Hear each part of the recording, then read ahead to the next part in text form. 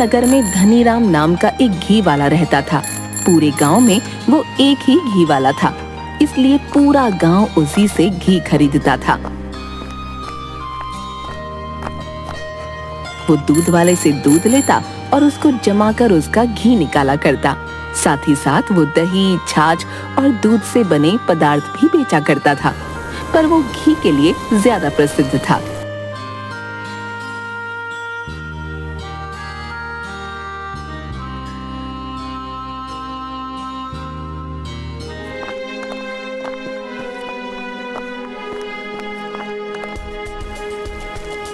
अरे सुखीराम, जल्दी जल्दी हाथ चला, बहुत सारा काम है अभी। इस दूध को जमाना भी है और उसके बाद इसमें से घी भी निकालना है। तुझे पता है ना कितना घी बिकता है मेरा? साहब, अभी दूध उबालने और ठंडा होने में वक्त लगेगा। घी तो कल ही निकल पाएगा। मुझे मत सिखा, तुझे मैंने ही सिखाया है काम करना।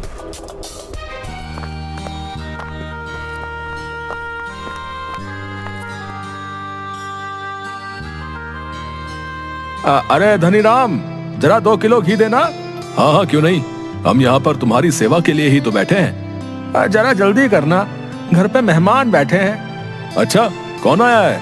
अरे वो हमारी बिटिया को देखने वाले आए हैं और कोई घी की दुकान तो है नहीं, आपकी ही दुकान है तो बस घी लेने आ गए। ये तो बहुत अच्छी बात है।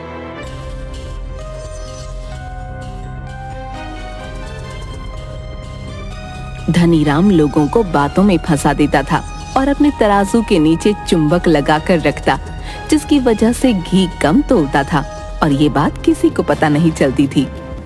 एक दिन की बात है।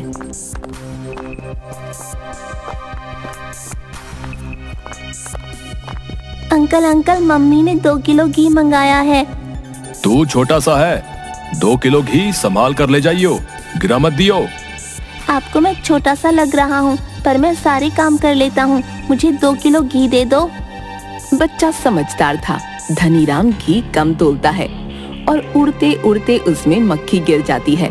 जब बच्चा उस डिब्बे को पकड़ता है तो कहता है, अंकल, ये 2 किलो का डिब्बा है, ये तो पूरा भरा भी नहीं है।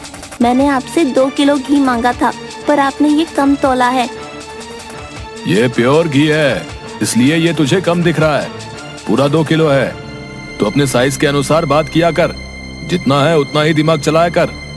इसमें तो मक्खी भी गिरी हुई है। अरे ये मक्खी कहाँ से आ गई? मैं ना कहता था, मेरा बनाया घी बिल्कुल शुद्ध होता है। देख, इसमें मक्खी गिरते ही मर गई, क्योंकि वो गंदी चीजें खाती है। इसको शुद्ध चीज हजम नहीं हुई।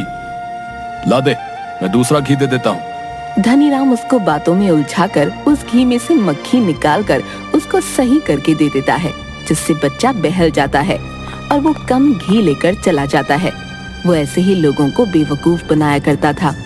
एक दिन उसी गांव की राधिका नाम की औरत धनीराम के पास आती है। राम राम जी धनीराम जी। आओ बहन जी आओ, कैसे आना हुआ? आपसे एक काम था। मेरे घर पे कल कुछ लोगों के लिए दावत है और पूजा भी रखवाई है, तो उसके लिए मुझे घी चाहिए। ये तो बहुत अच्छी बात है, आपने ईश्वर का नाम लेने की सोची। और रही घी की बात, तो उसके लिए तो हम बैठे हैं ना। आप जितना कहो उतना ले जाओ, बल्कि मैं आपके घर घी पहुंचा दूंगा, आप चिंता ना करो। ये तो बहुत ही उचित बात है भाई साहब, मैं तो काम में व्यस्त रहूंगी। आप ही मेरे घर 20 किलो घी पहुंचा देना। आप निश्चिंत होकर घर जाइए, मैं पहुंचाने आ जाऊंगा।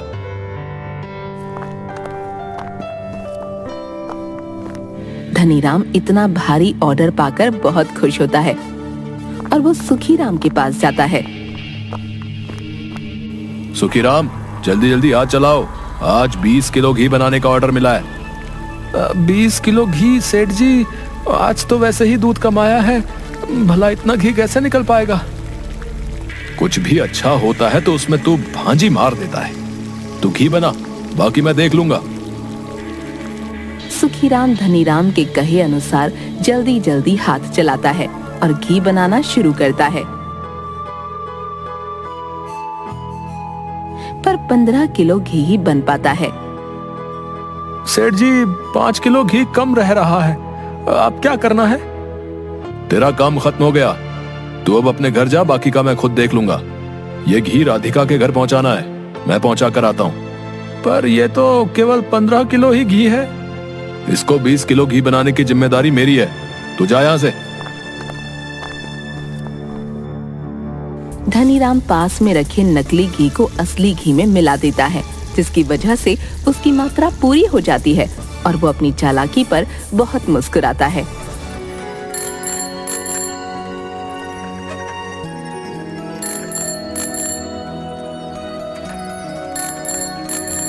और राधिका के घर घी लेकर पहुंच जाता है।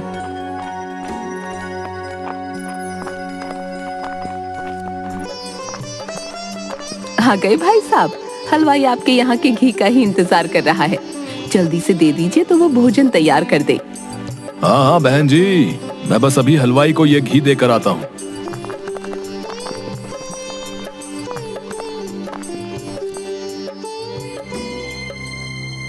जब हलवाई उस घी को देखता है तो उसको कुछ शक होता है और वो धनीराम से कहता है, ये कैसा घी है? इसमें तो अलग ही महक आ रही है। ये हमारे गांव का स्पेशल घी है जो मैं पूजा के लिए लेकर आया हूँ। पर इसमें तो देसी घी की महक नहीं आ रही है। तुमने देसी घी देखा ही कहाँ है? ये तो बिल्कुल शुद्ध देसी घी है, इसलिए तुम्हें इसकी महक अलग सी लग रही है। जल्दी से भोजन बनाओ, वक्त बीता जा रहा है। हलवाई भी धनीराम की बातों में आ जाता है और वो उसी घी से भोजन बना देता है और सभी राधिका के घर पर पूजा के बाद भोजन करते हैं।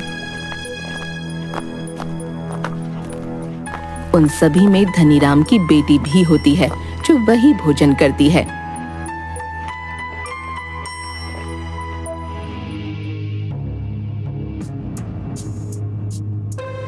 अरे हमारी बिटिया कहाँ है?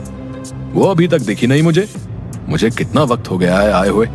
वह राधिका के घर पर भोजन करने के लिए गई है, आती ही होगी। जैसे ही उसकी बेटी घर पर आती है तो वो उल्टियां करना शुरू कर देती है। उसकी ऐसी हालत देखकर धनीराम के पैरों तले जमीन खिसक जाती है। जब वो उसको अस्पताल लेकर भागता है तो देखता है कि गांव के ज्यादातर लोग बीमार पड़े हुए हैं। ना जाने इस राधिका ने कैसी दावत खिलाई है हमें। हमारी तो तबीयत ही खराब हो गई भैया। हमें इसको तो पुलिस के हवाले कर देना चाहिए। हाँ नहीं नहीं, मैंने खाने में कुछ भी नहीं मिलाया। महाराज जी, आपने कैसा खाना बनाया था कि सभी लोग बीमार हो रहे हैं और मुझ पर आरोप लगा रहे हैं। बीबी जी, मैंने तो खाने में कुछ भी नहीं मिलाया, बल्कि पूरी ईमानदारी से खाना बनाया था। पर जब मैं खाना बना रहा था तो उसमें देसी घी की महक ना आकर अलग सी महक आ रही थी, जैसे कि वो मिलावटी घी हो। मैंने धनीराम से कहा भी था पर उसने मेरी एक भी नहीं मानी और मुझे बातों में उलझाकर यही घी थमा दिया। ये क्या किया धनीराम तुमने? घी में मिलावट कर दी और गांव के सभी लोग बीमार हो गए। तुम्हारी वजह से लोगों की जान पर बनाई है। तुम्हारे छोटे से लालच ने पूरे गांव को परेशानी में डाल दिया। धनीराम को अपनी गलती का एहसास हो गया था। वो अपनी बेटी को लेकर अस्पताल पहुंचता है, जहां पर बहुत मुश्किल से उसकी बेटी की तबीयत में सुधार हो पाता है और धीरे धीरे पूरे गांव के लोगों की भी तबीयत में सुधार आता है। वो अपनी गलती का पश्चाताप करने के लिए गांव वालों के सामने खड़ा हो जाता है। मुझे माफ कर दो। मेरी जरा सी लालच की वजह से आप लोगों की जान पर बनाई। मैंने कम पैसों में ज्यादा मुनाफा कमाने की सोची, पर यह तो बहुत घाटे का सौदा रहा। मुझे नहीं पता था कि मेरी इतनी छोटी सी नादानी इतनी भारी पड़ सकती है। तुम एक ही इस गांव में घी वाले हो, इसलिए सब तुम पर भरोसा करके तुमसे घी लेते हैं। कोई तुमसे मोल भाव नहीं करता और न ही तुम्हारी चालाकियों को देखता है। तुम कितना लालच करते हो ये सबको पता है, पर हर कोई मजबूरी में तुमसे घी खरीदता है और तुमने हम सबकी मजबूरी का फायदा उठाया। मैं जानता हूँ मेरी गलती माफी के लायक नहीं है, पर मैं आप सबसे हाथ जोड़कर माफी मांगता हूँ और एक मौका और मांगता हूँ कि आगे से ऐसी कोई भी गलती आपके सामने नहीं आएगी।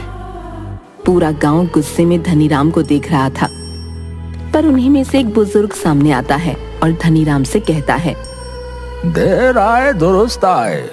गांव वालों, धनीराम को अपनी गलती का एहसास हो गया है और उसे इसकी सजा भी मिल गई है। हमें इसे एक मौका और देना चाहिए। हमें इसको माफ कर देना चाहिए। मैं आप सब लोगों का गुनहगार हूं। आप सब लोग चाहे तो अब भी मुझे पुलिस के हवाले कर दें, लेकिन अपनी गलती का पछतावा है मुझे। मैं गांव में रहकर सबकी सेवा करना चाहता हूं। मुझे माफ कर दीजिए। सभी उस बुजुर्ग की बात मान लेते हैं और धनीराम को माफ कर देते हैं। अब धनीराम पूरी ईमानदारी के साथ घी बेचा करता। अब फिर से हर कोई खुशी खुशी धनीराम से घी खरीदने के लिए आता और धनीराम की दुकान के आगे भीड़ लगी रहती। धनीराम अब लालच के बारे में सोचता भी नहीं था। न ही वो घी कम तोलता और न ही उसमें मिलावट करता। अब वो सच्चा और ईमानदार घी वाला बन गया था।